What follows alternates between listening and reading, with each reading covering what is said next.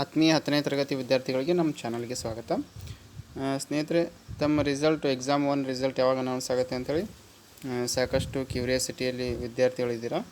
ಹೀಗಾಗಿಬಿಟ್ಟು ಅದ್ರ ಬಗ್ಗೆ ಒಂದಿಷ್ಟು ಇನ್ಫಾರ್ಮೇಷನ್ ಕೊಡೋದಾದರೆ, ಈಗೇನು ಇವ್ಯಾಲ್ಯೂಯೇಷನ್ ಪ್ರೊಸೀಜರು ಎಲ್ಲ ಕಂಪ್ಲೀಟ್ ಆಗಿದೆ. ಆಲ್ಮೋಸ್ಟ್ ಎಲ್ಲ ಡಿಸ್ಟಿಕಲ್ಲಿ ಕಂಪ್ಲೀಟ್ ಆಗಿದೆ.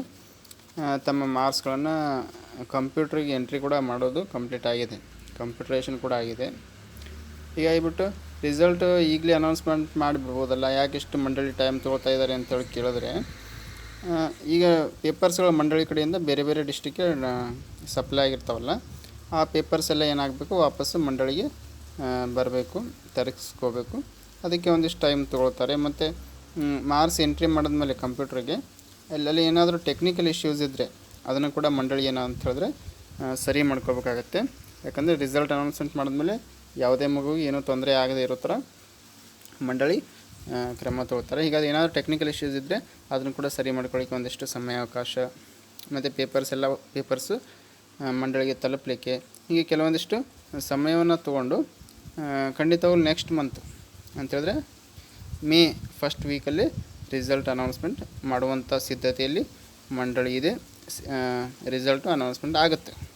ಹೀಗಾಗಿ ರಿಸಲ್ಟ್ ಏನಾದರೂ ಅನೌನ್ಸ್ ಆದರೆ ಅದನ್ನು ಯಾವ ಥರ ಚೆಕ್ ಮಾಡ್ಕೋಬೇಕು ಅಂಥೇಳಿ ನಾನು ನಿಮಗೆ ಒಂದು ಸಲ ತೋರಿಸಿಬಿಡ್ತೀನಿ. ಇಲ್ಲಿ ಯಾವುದಾದ್ರೂ ಒಂದು ಬ್ರೌಸರಲ್ಲಿ ಬಂದುಬಿಟ್ಟು ನೀವು ಜಸ್ಟ್ ಕರ್ ರಿಸಲ್ಟ್ಸ್ ಅಂತ ಟೈಪ್ ಮಾಡಿ. ಏನಂತ ಟೈಪ್ ಮಾಡಬೇಕು? KRRESULTS ರಿಸಲ್ಟ್ಸ್ ಅಂತೇಳಿ, ಕರ್ ರಿಸಲ್ಟ್ಸ್ ಅಂತೇಳಿ ಟೈಪ್ ಮಾಡಿ ಸರ್ಚ್ ಕೊಡಿ.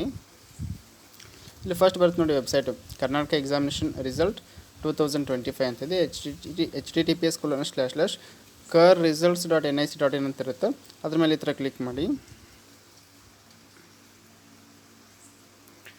ಕ್ಲಿಕ್ ಮಾಡಿದ ತಕ್ಷಣ ಇಲ್ಲಿ ನೋಡಿ ಕರ್ನಾಟಕ ಎಕ್ಸಾಮಿನೇಷನ್ ರಿಸಲ್ಟ್ 2025 ಅಂತ ಇರುತ್ತೆ. ಇಲ್ಲಿ ಕರ್ನಾಟಕ ಶಾಲಾ ಪರೀಕ್ಷೆ ಮತ್ತು ಮೌಲ್ಯನಿರ್ಣಯ ಮಂಡಳಿ ಅಂತ ಸೇಮ್ ಇದೇ ಇರುತ್ತೆ. ಇಲ್ಲಿ 2025 ದ್ವಿತೀಯ PUC ಪರೀಕ್ಷೆ 1ರ ಫಲಿತಾಂಶ ಪ್ರಕಟಣೆ ಅಂತ ಇದೆಯಲ್ಲ, ಇಲ್ಲಿ ಚೇಂಜ್ ಆಗಿರುತ್ತೆ, ಅಪ್ಡೇಟ್ ಆಗಿರುತ್ತೆ.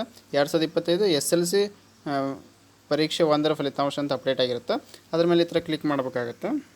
ಕ್ಲಿಕ್ ಮಾಡಿದ ತಕ್ಷಣ ನೀವು ಇಲ್ಲಿ ರಿಜಿಸ್ಟರ್ ನಂಬರ್ ಕೇಳುತ್ತೆ, ರಿಜಿಸ್ಟರ್ ನಂಬರ್ ಹಾಕಬೇಕು, ಡೇಟ್ ಆಫ್ ಬರ್ತ್ ಹಾಕಬೇಕು, ಕೆಳಗಡೆ ಸಬ್ಮಿಟ್ ಅಂತಿರುತ್ತೆ. ಅದ್ರ ಮೇಲೆ ಕ್ಲಿಕ್ ಮಾಡಿದ್ರೆ ನಿಮ್ಮ ರಿಸಲ್ಟ್ ಏನಾಗುತ್ತೆ, ಡಿಸ್ಪ್ಲೇ ಆಗುತ್ತೆ. ಸ್ನೇಹಿತರೆ, ಒಳ್ಳೆಯ ರಿಸಲ್ಟ್ ಬಂದರೆ ಕಮೆಂಟ್ ಬಾಕ್ಸಲ್ಲಿ ಕಮೆಂಟ್ ಮಾಡಿ, ನಾನು ರಿಪ್ಲೈ ಮಾಡ್ತೀನಿ. ಇದೇ ಥರ ನಾವು ಮಾಡುವಂಥ ವಿಡಿಯೋಸ್ ಮತ್ತು ರಿವ್ಯಾಲ್ಯೂಷನ್ ರಿಸಲ್ಟ್ ಅನೌನ್ಸ್ಮೆಂಟ್ ಆದ ತಕ್ಷಣ ಜೆರಾಕ್ಸ್ ಕಾಪಿ ಯಾವ ಥರ ತರಿಸ್ಬೇಕು, ರಿವ್ಯಾಲ್ಯೂಷನ್ ಯಾವ ಥರ ಹಾಕಬೇಕು, ಪ್ರತಿಯೊಂದು ನಾವು ಐಡಿಯಾ ಕೊಡ್ತಾನೆ ಇರ್ತೀವಿ.